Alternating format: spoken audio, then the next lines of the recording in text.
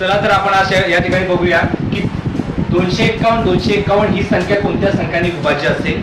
लक्षात घ्या, ज्यावेळेस याच्यासाठी आपण एक छोटीशी ट्रिक बघूया की 251 याचा अर्थ एखादी संख्या 3 अंकी आहे ती रिपीट झालेली आहे. ज्यावेळेस 3 अंकी संख्या पुन्हा रिपीट होते त्यावेळेस त्या संख्येला लक्षात ठेवायचं. याच्यासाठी मी तुम्हाला हे सांगण्याच्या आधी तुम्हाला एक नवीन ट्रिक देतो की ज्यावेळेस एखादी संख्या 51 अशी संख्या 2 अंकी रिपीट होते तेव्हा तिला 100% 101 ने भाग जातो. त्याचप्रमाणे जेव्हा ती 3 अंकी संख्या होते 251 अशी 3 अंकी संख्या रिपीट असेल तर त्याला 1001 ने भाग जातो.